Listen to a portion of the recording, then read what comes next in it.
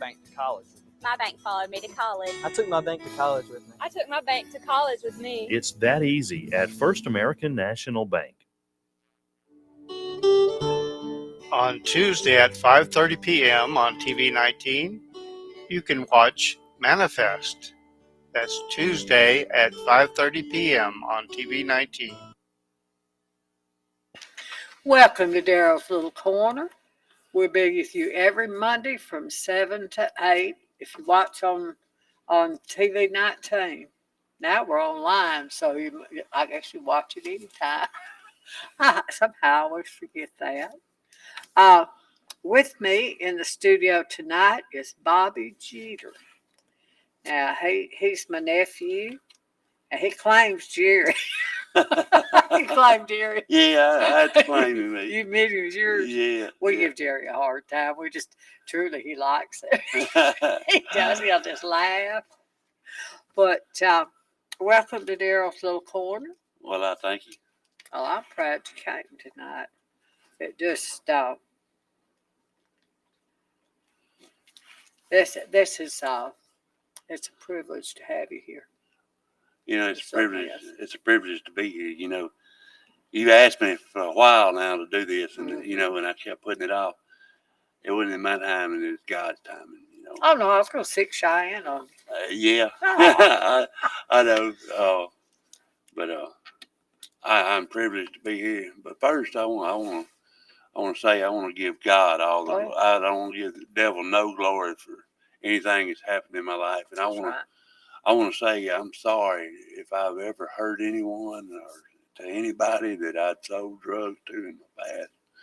I want to say I'm sorry because I would intentionally never hurt anyone. Mm-hmm. You know, I'm 49 years old. I was born December 24th, 1973 to Miss Judy West. My mother was 14 years old when she had me. A year later, she had my brother. We lived with my grandparents. My grandparents were both alcoholics. Uh-huh. And 3 years later, DHS would come in and take me and my brother, my uncle, and one other from my grandmother and my mother. Well, I lived in the foster home for a year. Then they separated me and my brother. Well, my adopted father, Jerry Jeter, I have to give him, oh man, I can't say enough about him. I mean, he took me in and raised me as one of his own, like I was his own, what I consider to be his own, even though I'm not Jeter by blood. I'm a Jeter. You know? Yeah, you are. I mean, I can't say enough about him. I mean, but I want to start out. I lived in a pretty good home all my life. You know, I had a wonderful father. Now, me and my mother didn't have the best relationship, but I mean that's in the past, and you know we're gonna leave it there. But you know, I started out using alcohol at a very young age. I got a part-time job working with my older brother when I was like 14 years old. Wasn't supposed to be working, but got a part-time job, and that's where I was introduced to alcohol and drugs. I just started out drinking. Then I started smoking marijuana. Well, I did that all my life, just about. But I don't know. I just enjoyed doing it. The devil had me at a grips at a young age, you know, and I done it all my teenage years. You know, I met my wife when I was 16 years old. We started dating, and we dated until I was 19 years old. Well, I moved out of my parents' house at 18. When I turned 18, I moved out because I just didn't want to be there. You know. So when I moved out, I got married at 19 years old. If I was slipping around doing drugs, I wouldn't want to live with a preacher. No, no. I mean, I mean, something to think about. yeah. You know, I was in a preacher's home. My dad was a preacher. I mean, and I love him to death. I mean, there wasn't nothing he done. That's for sure. It wasn't nothing. That's right. Wasn't nothing there that caused me to do what I was doing. I just didn't. I tried it and I liked it, and then that's where it led I to. tell you what, you parents listen up to this. So many times we say, "What did I do wrong? What have I done?" Yeah. Not necessarily you've done anything. No, it's nothing that my parents done that caused me to start to drinking and using drugs. It's just a lot of kids my age at that time. A lot of people got hooked on drugs at that age. You wouldn't think it. A 14-year-old would get hooked on drinking or using marijuana or any other kind of drug at that age. Yeah. But they're starting young these days, and they did back in them days. Oh.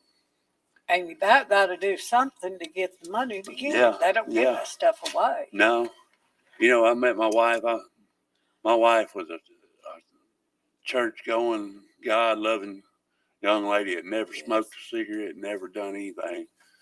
Me and her started dating, and I introduced her to alcohol, drugs, and I'm not proud of that at all. I mean, basically, whatever I did, she did it because she felt accepted, and I regret that a lot, because. But to say that, at 19 years old, I was introduced to methamphetamines. The devil knew he had me at that point. I mean, I started out back when we started doing it. I mean, the only way you could do it was either snort it. Well, we started out that way, and it went on up to a different way of using it. Well, my wife done it with me for 10 years, and she fell on after nearly ODing twice. She fell on her knees and gave it all to God, and and she thought I'd quit at the same time, but no, I hit it because I couldn't quit. It had me to the point. God took it away from her, and I wasn't ready to give it to God. She fell on her knees and gave it to God, and I didn't. Well, I hid it for the next 10 years. Well, yeah, 10 years better. 2012, I started IV using, and that's something I don't wish for no person to ever endure, because it'll take you to the darkest places you've never. I wasted so much time in life that I could have been spending with people that love me, but I spent it living in hell. Tell us what that is. Oh, I've heard of that. What? That IV. Needle. I got addicted to that needle, and it took me to. I like needles. I always said I'd never go there, but I did. That's where it I got to where I couldn't get high doing it the way I was doing it, and I started using the needle. And it's kind of like a snowball that starts out. It is. It's a snowball effect that starts here, and I worry about this medicinal marijuana because of it. Because people get started, I know if somebody's dying with cancer, they're not going to get addicted, and it gives them relief. And God made all things good. Yeah. Many years ago, am I in favor of it? No. But now, many years ago, we put paregoric in our babies' bottles for colic. And that's opium. Yeah. That's just pure opium. And we didn't even know it was. I read it on the ingredients on the package. I mean, it's pure opium, and everything. God created all things good. It's that we misuse them. The way I look, it starts out small. Everything starts out small. And then grows. And grows. It'll get to the point where you're not satisfied with this, and you go to this. Then you go to this. Then by the time you get to that, you're already in a mess that you can't. You're in a hog pen, and I was in a hog pen, I mean, I took, man, lie, cheat, steal, whatever. I mean, I wasn't never much. I never was a thief. But, I mean, in any way, I mean, if I'd have stayed on it, I would have probably. Oh yeah. That would have been the next. But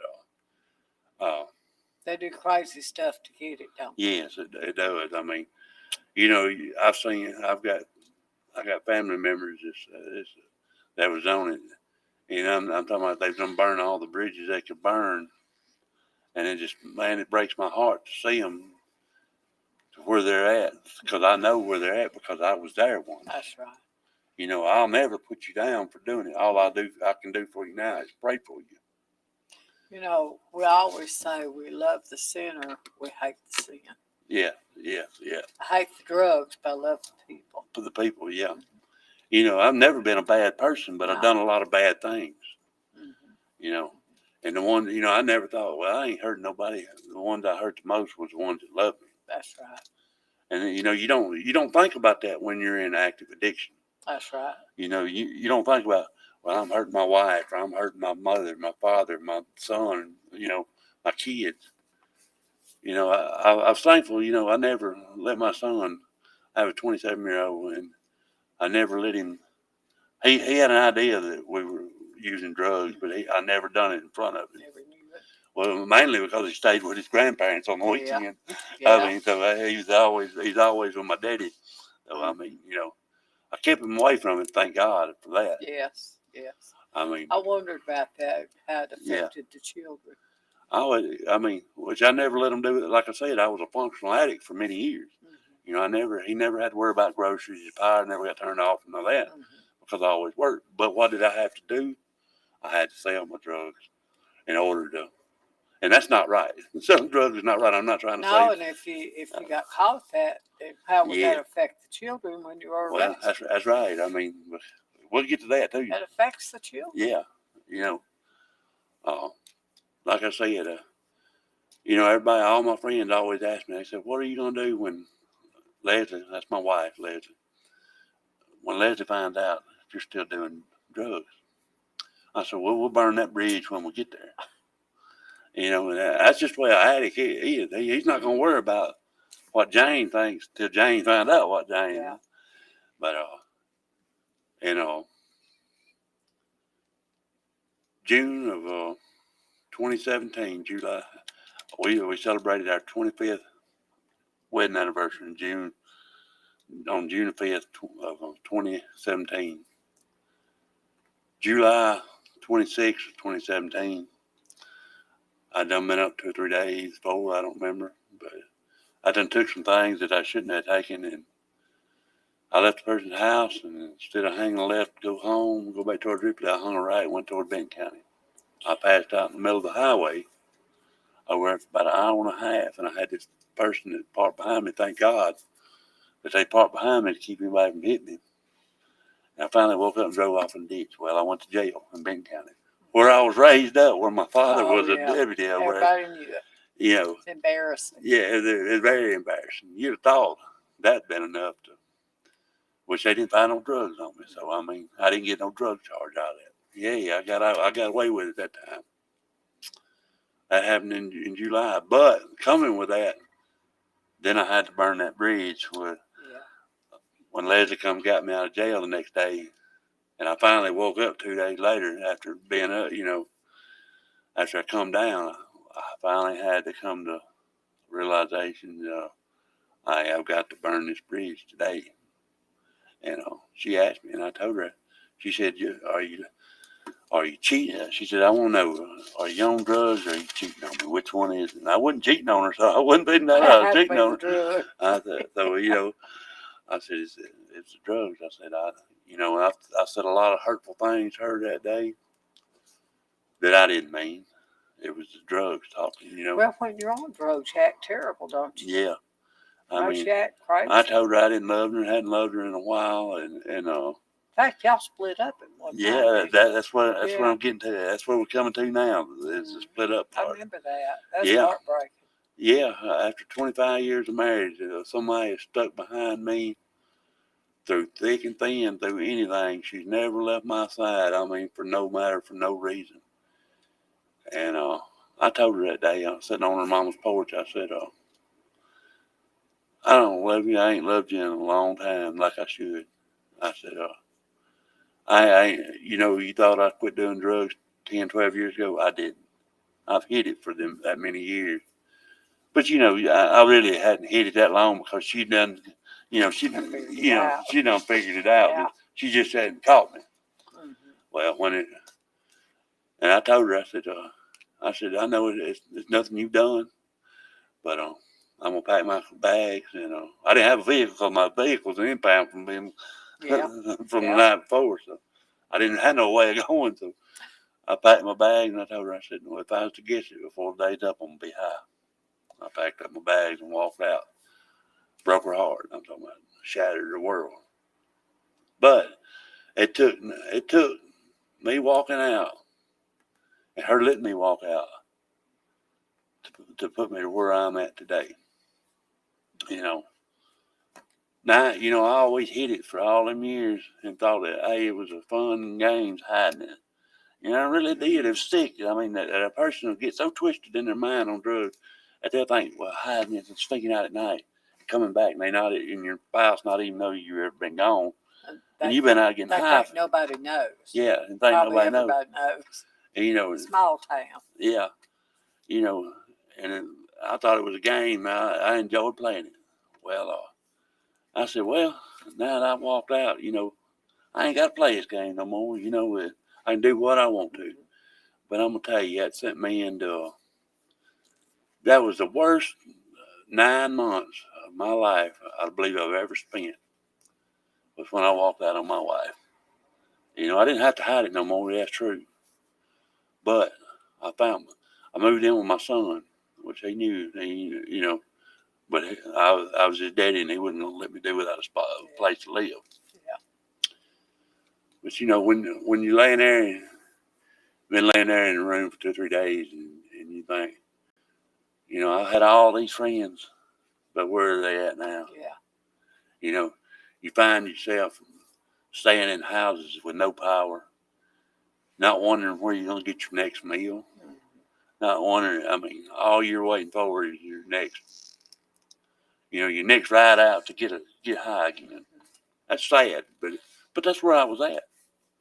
I was at that point in my life, that I was a junkie. I was a full-blown junkie that thought I had no hope in life left. My wife let me walk out, but she said, God, she said, God, I'll let you take him out, break him down to bring him back. And that's what it took. 9 months, I say the end of 7 months, we started reconciling. And I done got to the point where I done come to realize, I was at about my bottom's end. Like I said, I went to jail in July. Well, January rolls around.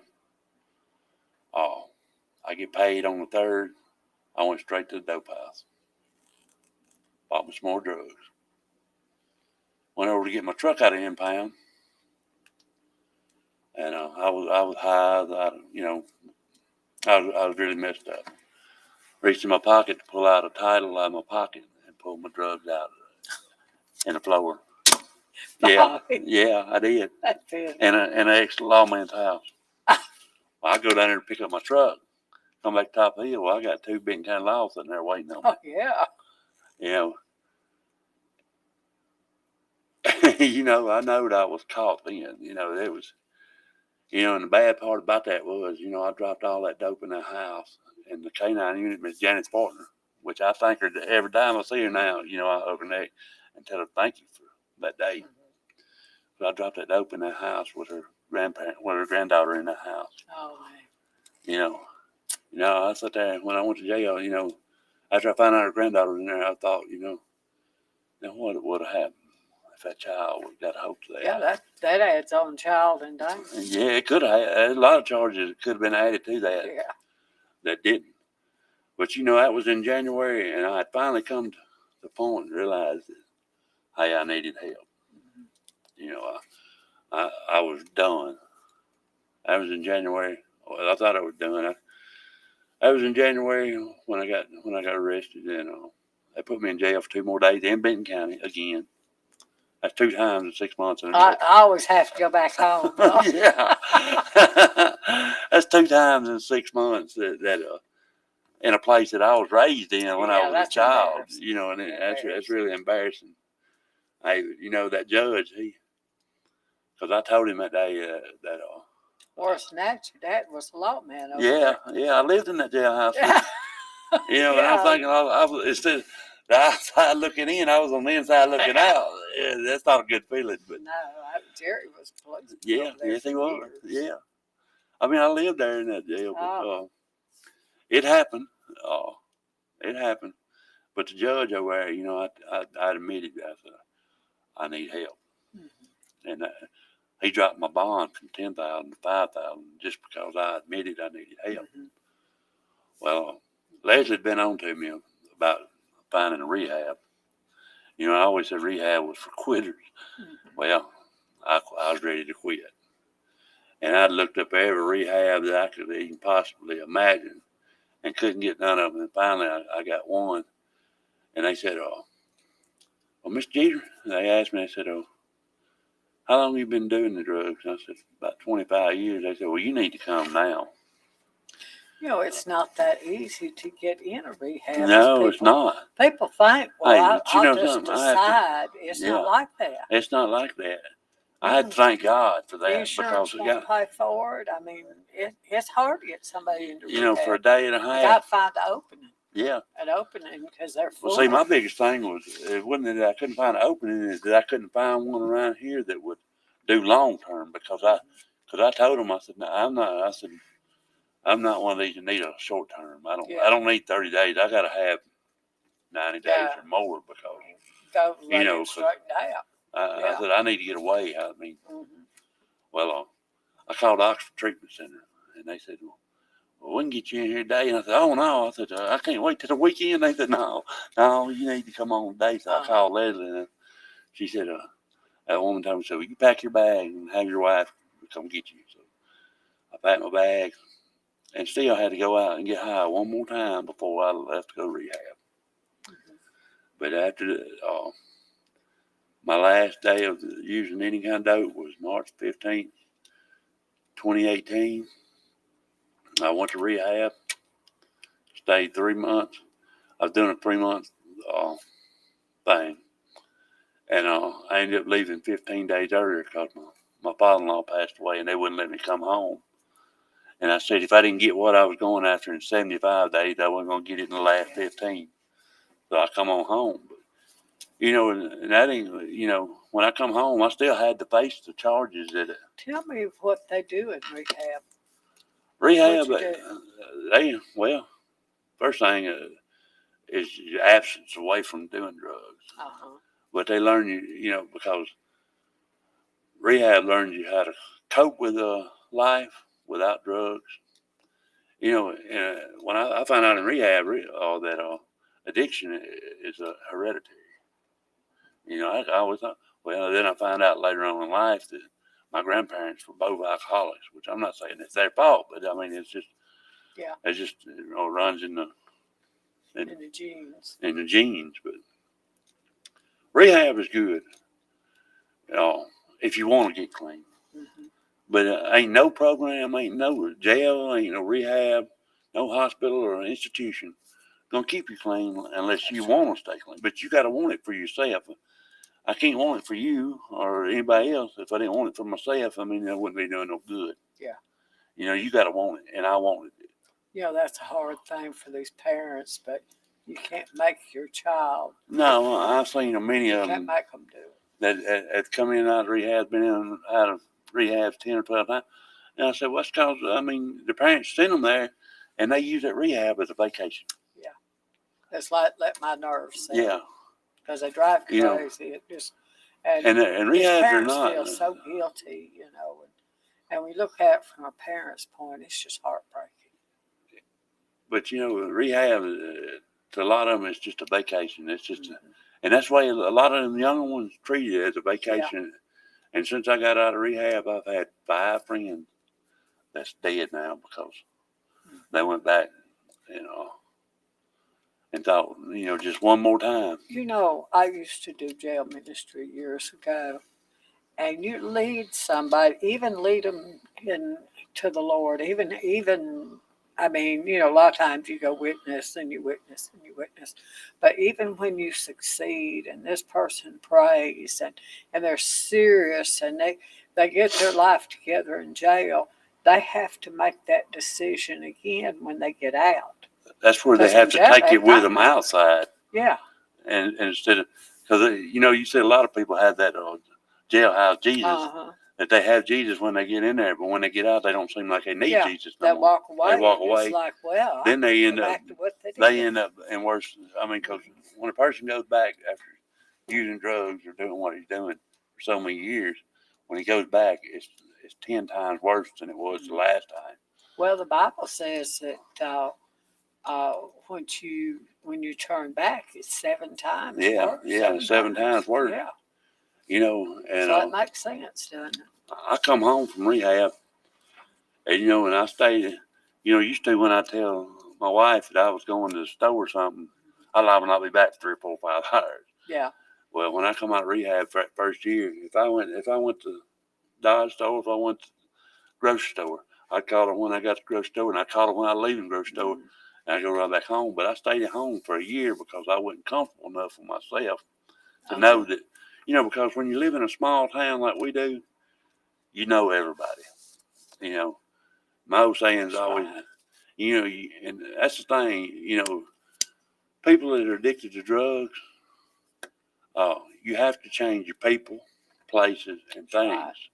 You can't keep going and hanging out with the old buddy that you used to get high with, because the old saying is, if you go sit at the barbershop long enough, you get a haircut. That's right. Absolutely. I mean, you can't. Absolutely. You have to change your people, places, and things. I know a young man that relocated when he decided, when he got ready to get right, he just relocated. Yeah. He left Tip County.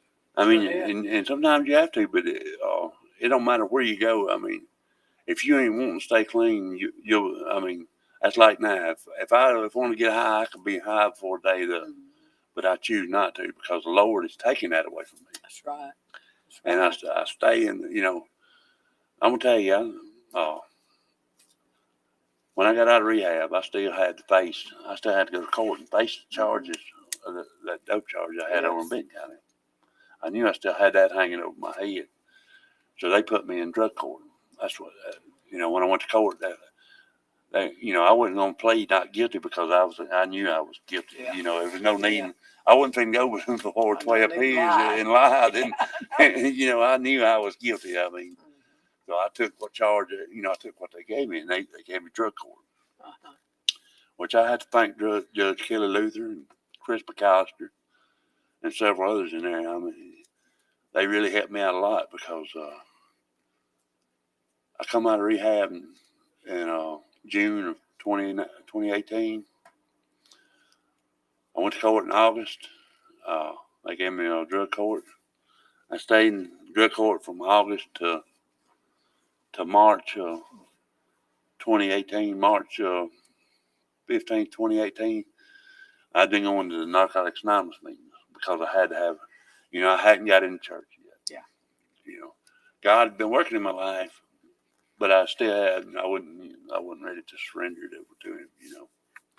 I was going to Narcotics Anonymous meeting, doing all my meetings. This, that, and the other. Never failed a drug test or anything during drug court. On my 1-year clean date, I was coming home from a Narcotics Anonymous meeting over in Boonville. Got right there at Hankins Sawmill. Had my heart attack. It was on a Friday night. Went down to Tippah County Hospital. How'd you know? Huh? How'd you know? What, that I had a heart attack? Because my chest started hurting and my arm went to hurting. And, sometimes people don't know they're having a heart attack. Yeah, I didn't know I was having a heart attack. I was wondering about that. But yeah, it just hit me all of a sudden, just pow. I'm talking about, my chest went to hurting, and and everybody says, well, your left arm. My left arm never went to hurt. My right one did. It just hurt bad. And I got home, and then I got nauseated, and I felt in my neck. I told Lady, I said, well, I think I need to go to the hospital. I went down to Tippah County, and they done EKG and all. And they said, well, we're going to get a helicopter. We're going to fly you to Corinth and put a stent in. Well, flew me to Corinth on Friday night, put a stent in. that Saturday evening, they let me come home. They gave me some, Hollis's in my pharmacy, and they gave me a prescription for blood thinner. Well, I wasn't feeling no better, and which, of course, the pharmacy was closed that Saturday and Sunday, so I wasn't able to get the blood thinners filled. Yeah. Well, that Monday I was still feeling bad, so I went back to Dr. South. She said, well, you need to go back to Corinth. Well, that was on the 21st of March, 2019. Went back to Corinth. They run one test. They told me you need to call your family and said it's really bad. You know, when they put me on that helicopter, you know, I had a lot of emotion. I mean, you know, went through my mind, and you know, I asked the Lord. You know, I got thinking, well, I could die. I'm finna die, and I asked the Lord to save my soul, forgive me for all my sin. But I was so distraught, you know, because after that, then I was thinking about my family, and I'll never forget that flight nurse. She told me, she said, Mr. Jeter, you got to calm down. And after I gave my life to the Lord and sat there for a minute, I had a calm come over me, just a peace. I mean, I was just like, you know, it's never happened. And she just sat there and rubbed my head, you know. And I remember when we landed at Baptist Children's Hospital, they pulled me out of the helicopter. And the surgeon was sitting there, and he said, well, you're still alive. And, you know, that's the last thing I remember. Well, my wife said that 4 hours in the surgery, they called her and told her, they said, Miss Jeter said, I don't think he's going to make it. He's bleeding out. And she said, I don't want to hear that. Said God brought him too far. Brought him out of too much to let him go like that. And praise God, I woke up 8 days later. You know, the surgeon, the cardiologist, and all had just come in my room and just say, I just had to see him because, you know, you're a walking miracle. They gave me 1 out of 99% chance to live, and I woke up 8 days later. You know, I can't thank nobody but God. That's right. You know, Absolutely. you know, I have to give God all the praise and glory. You know, and since then, you know, I gave my life over to the Lord. I've had so much. You know, well, I've been clean, be 6 years in March. Praise the Lord. And, Wonderful, Bobby. And I've regained so much in that 6 years. You know, the peace of mind that I have today is worth $1 million. It's worth more than any money on earth. You know, I couldn't put a value on my peace of mind that I have today, not knowing that I don't have to worry, and don't have to do this and do that. That all I have to do is give it to God. Mm-hmm. You know.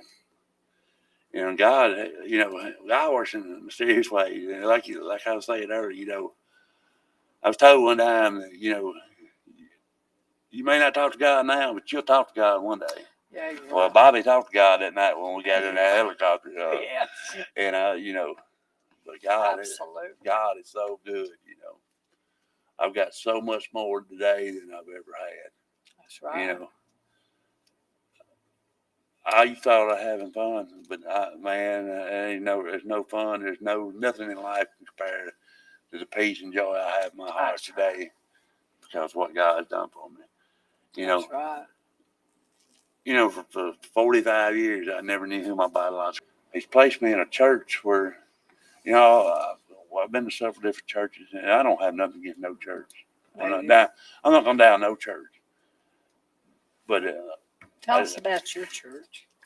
Our church, the Overflow. You know, I passed the Overflow. Where's it at? Yeah, it's up here. Overflow's up here across from Biscuit Steakhouse. We passed that church several times going home, and I always read the sign where the rejected are redeemed. And it always stuck in my mind. I never thought about it. And me and my wife, I said, well, we're going to go to this church one day and see how it is. And I'm going to tell you, folks, from the time I walked in that church, I felt the presence of God over me, and it told me right then this is where you need to be. Yeah. Pastor Stephen Thomas and his wife Toby are over at church. Wonderful people. I have a wonderful church family. I love my daddy's church. Don't get me wrong. I love them to death. They're good people. But God, this is where God. Sometimes the Lord doesn't exactly want us to be where maybe we want to be. Yeah. I mean, I know you'd like to be with your family, but if God can use you over there, and He can use your testimony and your experience to bring others out of it, that's where you need to be. Well, that's what I said. I always said, well, God's kept me here for a reason. That's right. And, and I never understood, I knew He had a reason for me, but I never really understood where and why, but I do now. If you help one person. That's right. If I can help one person to keep from going down the road that I went down. That's right. I mean, because, I am blessed to say that I because, in 2018 or 2017, when I left my wife, walked in on my wife, I went and took a life insurance policy out on myself because I done accepted the fact that, hey, I'm going to die with a needle in my arm. Yeah. And that's sad. Yeah, it is. That's really sad. I mean, but that's where my addiction had took me to. And if I could say something to keep one person from going down the road that I went down, hey, man, if I can just help one person, which I'd love to help thousands of people, but if I can just help one person to keep going down, and now today, since we've been going to the overflow for about 7 months now, and in that 7 months, I'm now the leader over the men's support group on Tuesday nights. Right. We have a men's. Right. Tell us what you do in this men's support group. We have a women's and a men's support group. Miss, I can't even think of her name now, but anyways, men's and women's support group. We're there for anyone that, you wouldn't think of you'd have men that need the support group. Why? Like, you don't see anybody in Tip County having that. No, but why wouldn't men need the help? Well, that's what I thought. I mean, men fall on the face just like women do. In my men's support group, I'm there for anybody that needs prayer. That's right. We'll sit there and I'll fix a pot of coffee and we'll sit there and we'll talk about, well, how'd your day go? Or, I usually pick something out of the Bible and we'll go on that. I look up men's spiritual topics, and I pick one topic a week, and I'll look it up. And we'll go from there and we'll read on that. But I'm there for any man that comes in there and needs somebody to talk to, needs somebody to pray with them, or just to be their friend. Because I didn't have that when I was getting clean. I didn't have that, and our women's sport group is awesome too. I mean, the Alcoholics Anonymous, they have a buddy, and somebody if they just want to drink so bad they can't stand, they can call. Well, that's a sponsor, and that's people need that. They need that. Yeah, I don't mind giving them. Any man that comes in there, they got my phone number. Mm-hmm. I mean, if any time of day or night, it don't matter. If you call me, if I can help you, I'm not going to enable you in any way. But if I can help you, that's right. Pray for you, I will. That's right. I mean, because I tell you what, I've given my phone number out on TV many a time because people call. Yeah. You'd be surprised, and of course your main thing is somebody calls you and you pray with them. That's between them and Jesus. Everybody else don't need to know it. It's just private.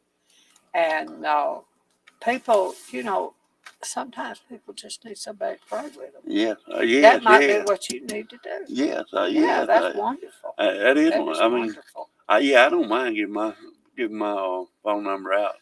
Like I said, we do. I do the men's support group. Well, the men and women both at 6 o'clock. That's a ministry. The women's is in the sanctuary at the church, and the men's is back there in the fellowship hall. Starts at 6 o'clock.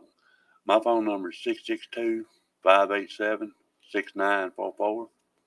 My name is Bobby Jeter, and if you just need someone to talk to or somebody to pray with you, or if you want to come join in on our men's support group, you're more than welcome. You ain't got to have a membership to be there. I mean, you can come straight in off the road. It don't matter. That's right. I mean, we're not going to turn nobody away. I mean, because and I don't care if one shows up or if none shows up. Bobby's going to be there because what if I didn't show up and that one needed me? That's right. That one needed me, That's right. And I feel that I have a testimony that I can give that will help somebody out because, I lived a long life that, God could have very well took me out at any time, but He chose to keep me. That's right. And if you just get up one morning and say, "Oh, I just can't feel God. I just can't," you can call Bobby or you can call me. And if you say, "Well, I want to tell my business to somebody else," a lot of people don't. But they don't. Something? Then just send him a text message that says "me," and he'll pray. That's He'll right. pray. That it's not that we say me or him have any great power. We don't. No. Jesus has it all. God, it's God. It's not us. It's not us. That's right. That's right. But we're going to ask for you. And, sometimes people need somebody to just lift them up. Yeah. Somebody to encourage them. If you want to talk, you call and talk to him. And if you say, "Well, I just don't think I can talk about my business," and I've been there where I couldn't admit it to myself, but I knew something was wrong, and I wish I'd had somebody I could just call or just text him and say, "Me, just pray for me," and nobody will ever know. Now I know Bobby. Nobody's ever gonna know you called. No, He don't have the mouth trouble. No, That's the hardest thing. I was going to speak on that. Yeah, this is a hard thing to admit when you're in the ministry, is that so many ministers have the mouth trouble. Yeah. It's got to be between you, the person, and Jesus. That's why a lot of people don't want to. That's right. Tell the people, because they can't trust them enough to where it's just like, that's true. Like between me and you, if you tell me your problems, it's not for me to go out and tell the world. No, it's not. Only one I will tell your problems to is God. That's right. I mean, because it's nobody else's business. I mean, and I understand that. I mean, because there are a lot of people that don't want it because they've trusted so many people in their life or thought they could trust. Mm-hmm. And they tell them their problems, and the next thing you know, half of the county knows. That's right. And and that's what keeps a lot of people out of your support groups and out of your things. That's like they tell you in Narcotics Anonymous meeting whatever you talk about, it shouldn't. It ain't supposed to go out. That's right. But I've seen yes, yeah. But I mean, I could promise you, in our support groups, if whatever you speak, like if you come and you come to me, and ask me to pray for you or tell me your problem, I promise you it's not going to go anywhere outside that building. If it gets told, you told it because right. I don't mind praying for anybody. I understand these preachers that do that because you feel that the Spirit move and that excitement and that anointing, but you just got to keep it to yourself. You can't just tell it all over town. No, because you ruin people's lives instead of helping. Yeah, you'll keep more people out of your church than you do in it. That's right. I remember one time years and years ago, I went and talked to my pastor. Had a problem. I didn't have a problem. My husband had a problem. I went and talked to my pastor, and it beat me back home. Yeah.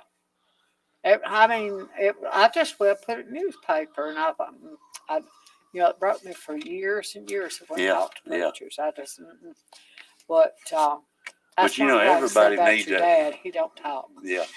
Everybody needs a person they can go to and talk to because we're not all privileged to have somebody that that's right. You know. Go to them and check them out. Tell them something and see if they Yeah. tell it. Yeah. You know, You know. just some little something and make Yeah. a big deal about it. Not that, Lord forgive me. I learned it through experience. Make a big deal out of it that it's personal and private, and see if it is personal. Yeah. Then you'll know if you can trust them or not. That's right. That's awful that in our day and age we have to do Yeah. that, but we do. And I must say, my pastor is Bobby's dad, and he don't talk. No, He don't talk. I'll give you his phone number. Yes, because you can call him day or night, and he don't talk. He just prays. Yeah. He Yeah. sure does. Yeah. He's gonna talk. It's a world of difference when you got a pastor you can trust. Yes, it is. Yeah. Bobby, what reaction did you have when they legalized marijuana? Well, reaction I had on that. I think I'm not gonna say I'm against it, but I'm not gonna say I'm for it either. Because like you said, you know, if you have a medical condition that it helps, then I'm somewhat say I agree with that. But 90% of the people that go in these medical dispensaries has not got a problem. No, it's Is they're wanting to get high. misused. It's using. If you're using it for a medical condition that helps you, but I worked for the hospice and saw people that were dying with cancer and just in horrible pain. And yeah, if it would help them, I'm all for it. for it. But we're seeing people